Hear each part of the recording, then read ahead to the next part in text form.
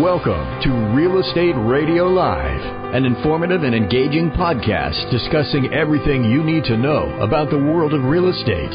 Your host, 𝗘𝗀𝗓𝗏, provides you with insight and guidance on how to buy, sell, finance, and invest in real estate. He also offers real estate tax management strategies, new construction advice, home improvement tips, and much, much more. And now, to guide you around the world of real estate, here's your host and Real Estate Radio Live team leader, 𝗘𝗀𝗓𝗏.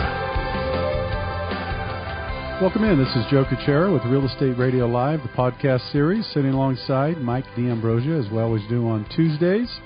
Have a great topic for you today. Before we get started, we'll discuss that in more detail. San Jose granny units, if you haven't seen it in the news or advertised, Mike and I are going to go through that with you today. It's really, really going to be informative, and we're both excited really to share this information with our listeners, because it's going to affect a lot of people who currently have housing. It's also going to affect people who are thinking about buying, selling, all kinds of different things. So excited to do it. Before we get started, just a reminder, if you have any needs in the area of real estate, buying, selling, you need any consultation in that area, contact 𝗥𝗲𝗎𝗡𝗡 at area code 408-630-0101. What's the best website for you, Mike? 𝗥𝗲𝗋𝗚𝗏s.com. 𝗥𝗲𝗋𝗚𝗏s.com. And also, if you need any information on mortgage financing, whether it's for purchase, refinance, you can always reach me at 408-838-9060, or you go to our website, 𝗪radiolive.com. So San Jose granny units. This is a good one. Love it. Yeah. Love this topic. I know, Mike, you have been talking about this for a while. I know you brought this up. So maybe before we get started in the details, kind of maybe give the listeners a summary of, why you've been an advocate of this so long, and why you've been talking about it, and why you're excited that they finally, adapted this. Yeah, I just think that, with the housing affordability crisis, I guess you would call it, it is pretty much a crisis that we have in the Bay Area.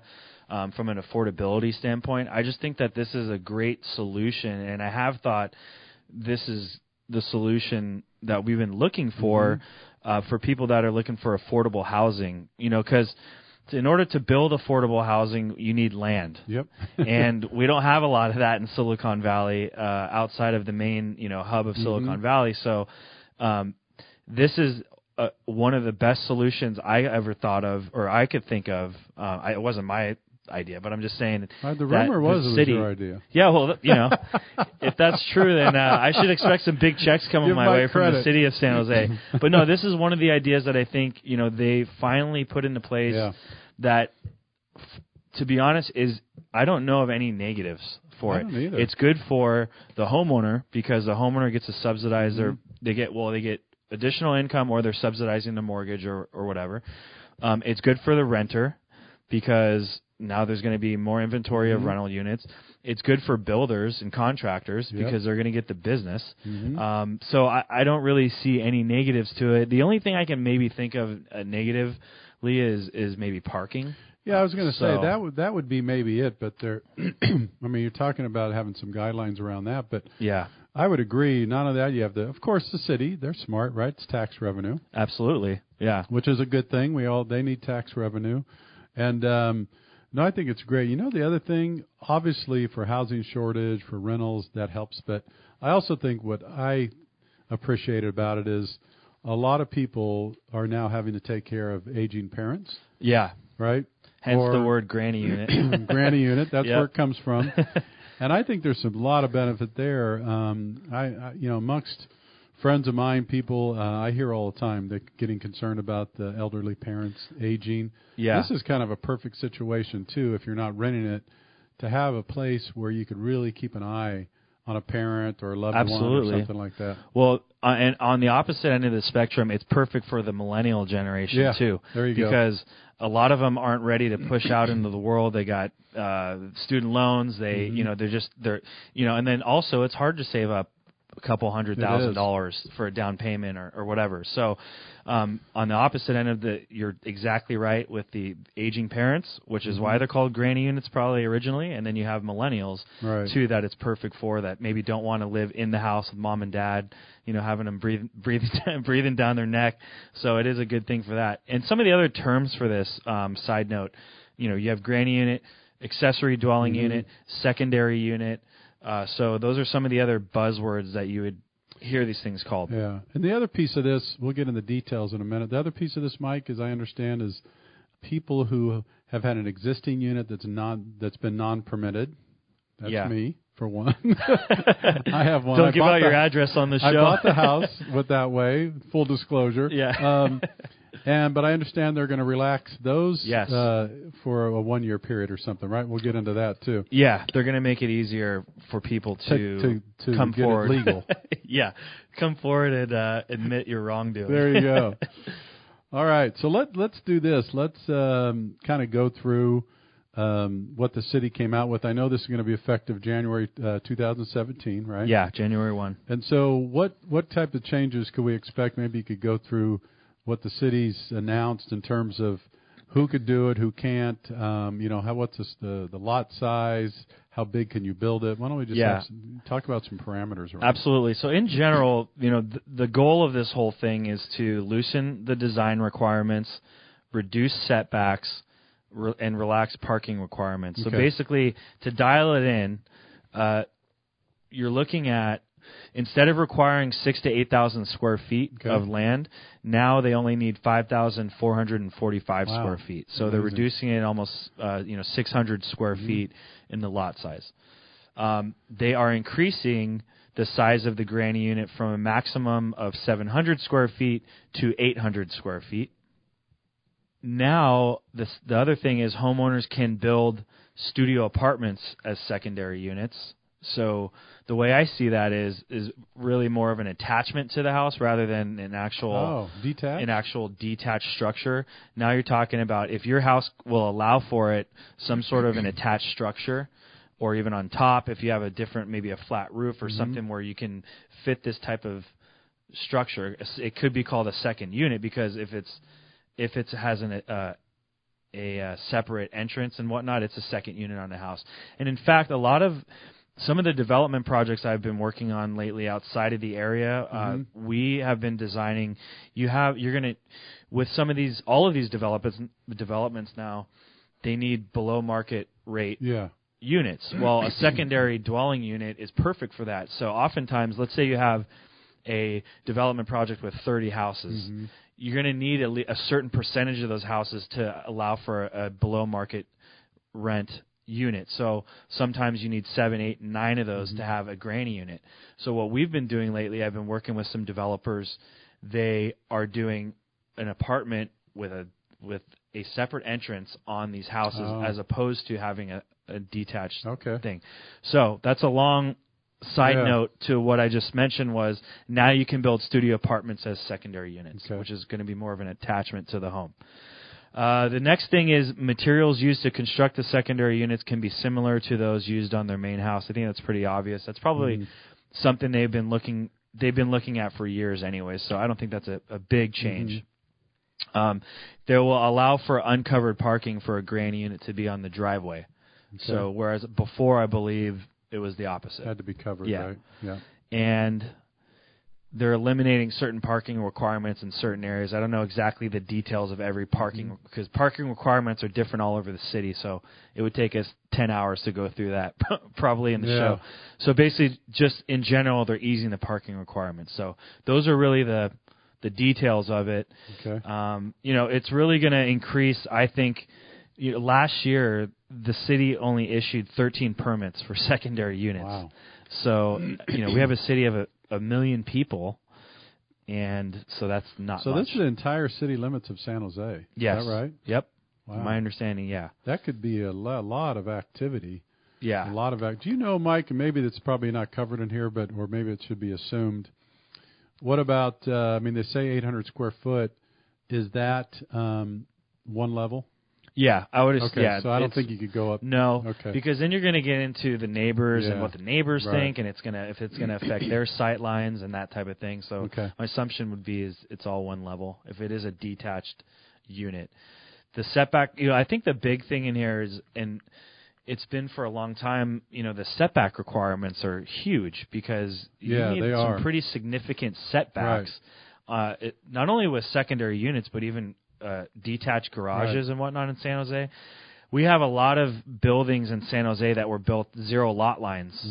Especially a lot of the older homes it was literally a garage, the side of the garage, and then right next that's the fence. Well, I have that with my neighbor. Right. Their garage is part of our fence. Right. Yeah. And that doesn't happen nowadays. Right. That's not allowed. Yeah. Now you're looking at like 5 feet. Which is pretty significant. Is that's typical setback? I think that's about typical setback. If your neighbor if they tore that down, they wouldn't be able to rebuild it. Yeah, they wouldn't have to. They wouldn't be able to rebuild it like that. That was an old school way of doing it. Yeah. Now it's totally different. So they are easing those setback requirements for this too. Do they say, Mike, what how they're easing foot wides, or they don't get specific yet? So that's actually a really good question. I need to find out. I'm actually going to be building out, just so people know, that people that are listening. I'm building out a whole section on my website on 𝗥𝗲𝗋𝗧.com about secondary units. It'll be up in the coming months because of this. After this happened, I just told you I bought a bunch of URLs basically because I think this is going to be huge for the city of San Jose. I know we just got another minute, but the other thing that's really huge on this is, we mentioned it before, is people that have illegal units. Right. There's approximately 2,700 plus illegal secondary units in the city. I could account for one. Yeah, so I think easing people being able to come forward with that and working with those people in order to make it legal, I think that's also another really good part of these new eased restrictions. I would agree. It is for sure. We're going to take a quick break and come back and continue this conversation. Really interesting. This is 𝗘𝗀𝗁𝗘 sitting alongside Mike 𝗘𝗀𝗡𝗡𝗘. The topic today, San Jose granny units. We'll be back with you in just a minute. For more information on today's program, visit RERadiolive.com. That's RERadiolive.com.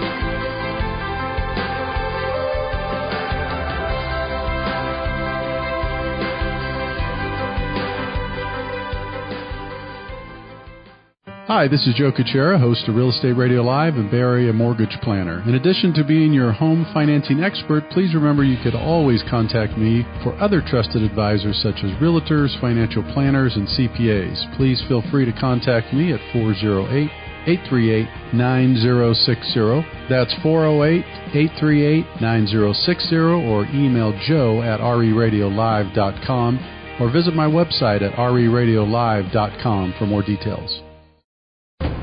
Welcome back to Real Estate Radio Live. For more information on today's topic or guests, just visit RERadiolive.com.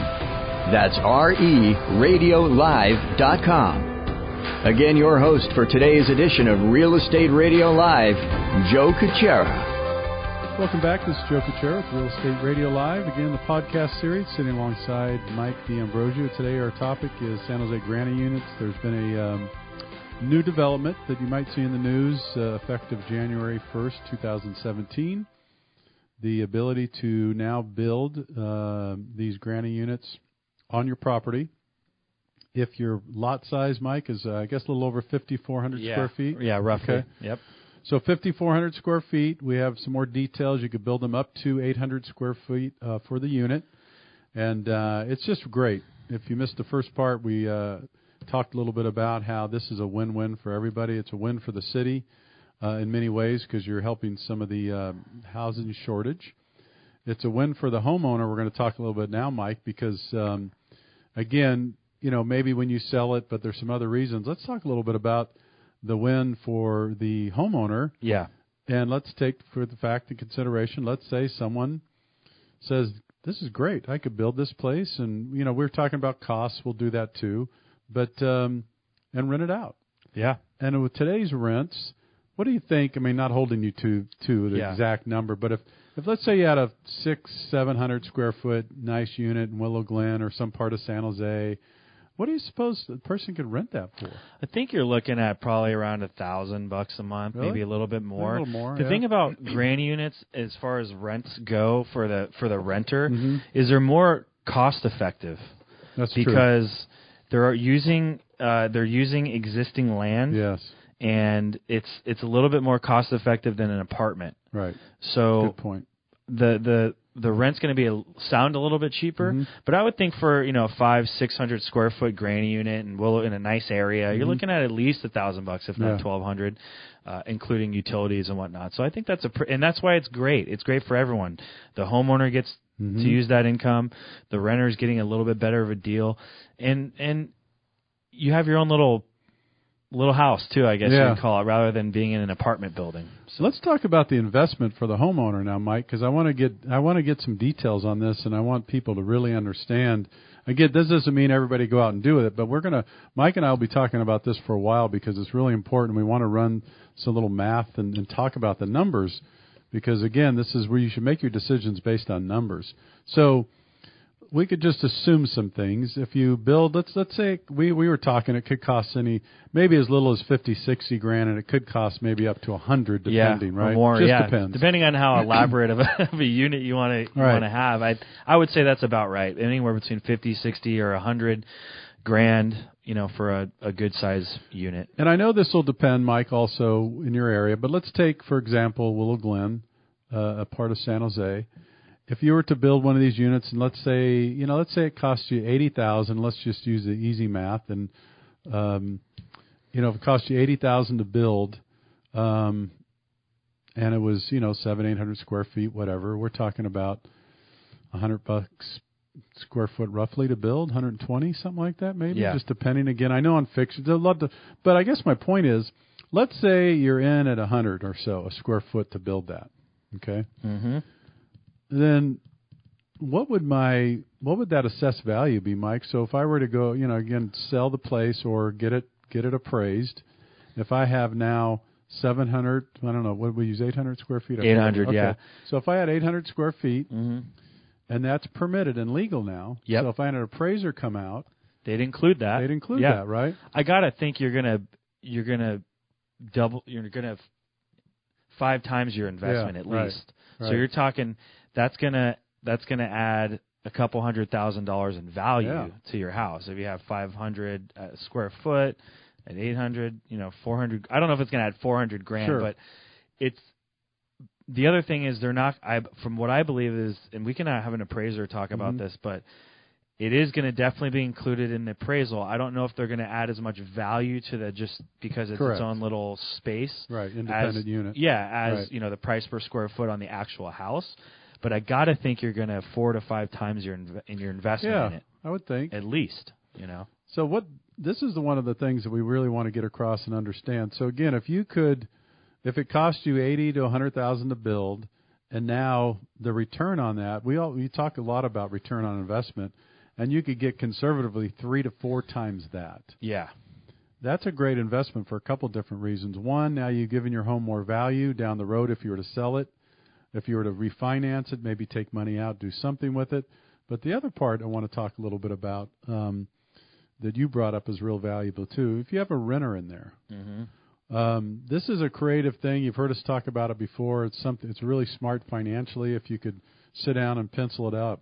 But what a lot of people do with these granny units or even units on their property is it helps subsidize their rent. Their mortgage. Their mortgage, absolutely. Yeah. So talk about, because we've talked about before, if you make an additional payment a year on your mortgage, or if you pay a certain amount to the principal, like if you're really into that and like you're disciplined, which a lot of us paying our mortgage maybe just do the bare minimum.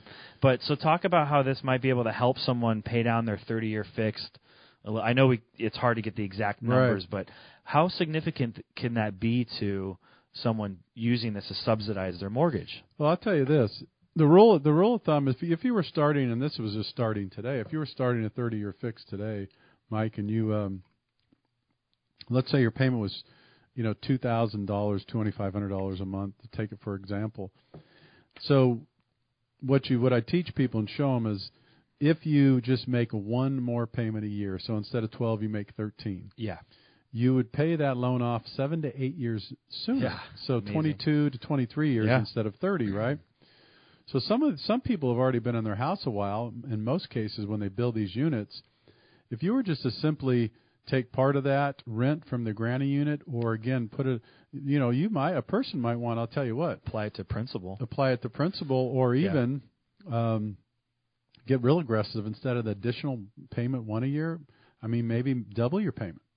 Yeah. Or let's say just an example. Let's say your mortgage payment's $2,500 a month, and then you take that $1,000 rent every single month and apply it to your principal payment. Yeah, I wonder how much that would be amazing. Aggressive. Yeah, really aggressive. I mean, imagine that at 12 months applying an additional, $1,000 to your principal. I wonder how much that would cut down. That would be pretty amazing, I think. Yeah. So these are the things that we really encourage people. This is the first podcast we're doing on this granny unit. You'll hear more and more.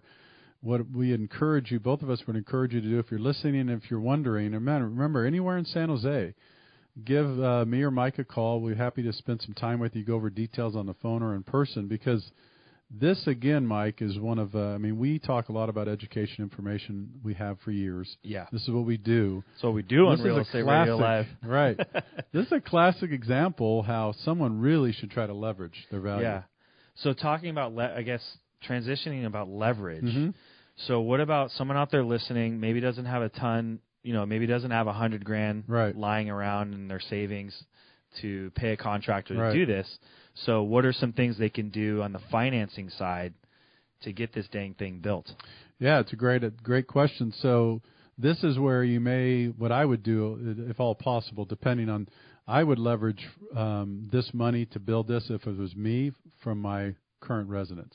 Okay. If it were me, again, I'm just saying overall, and not just me, I think if you would talk to financial planners or someone that manages your money, they would always try to tell you to either try to reinvest back into your home by using the money from your home, instead of necessarily taking from 401k or retirements or savings. It's not that maybe some people, if they're really well off and they're in a good situation, it may make all kinds of sense to take $100,000 out of their savings or investments and do this.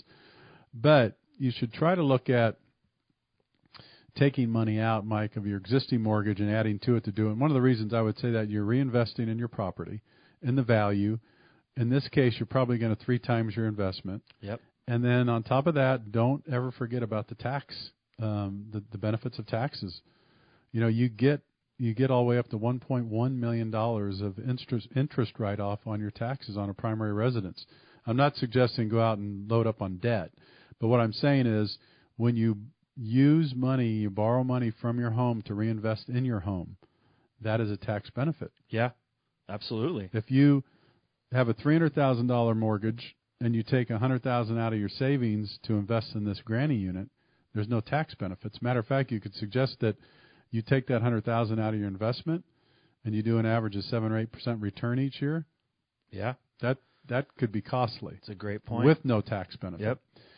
This is why, again, that Mike and I are going to be talking more and more about this. Contact us if you have any questions, ideas, but there's going to be a lot of information coming. Just a little less than 2 minutes to go. Anything else you want to kind of summarize? I wanted to follow up on that. If they do take out money on their house, and obviously I think the first thing to pay down would be what they took out on it. If they're getting income, so they build this granny unit, they're getting income. So would you suggest, hey, pay that money down first, like especially if they take out a HELOC or a second? Yep. You would suggest pay that down first, and then once that's done, then start applying it to your principal on the first. Great idea. Yeah, and that's a good example. Thanks for bringing that up. Let's say someone they don't want to touch their first mortgage, but they'll do a HELOC. Yeah. The only thing you got to watch out for, prime's going up. It's going to be going up 2-3 times next year. But still, Mike, you take a HELOC out of $100,000, you have 4.5-5% interest only payments. Yeah.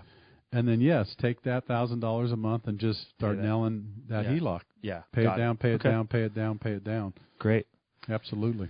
So, one thing to wrap up, I would say if you're out there listening, you don't know the size of your lot, or you have questions, reach out. Mike at 𝗥𝗲𝗋𝗚 or reach out to Joe.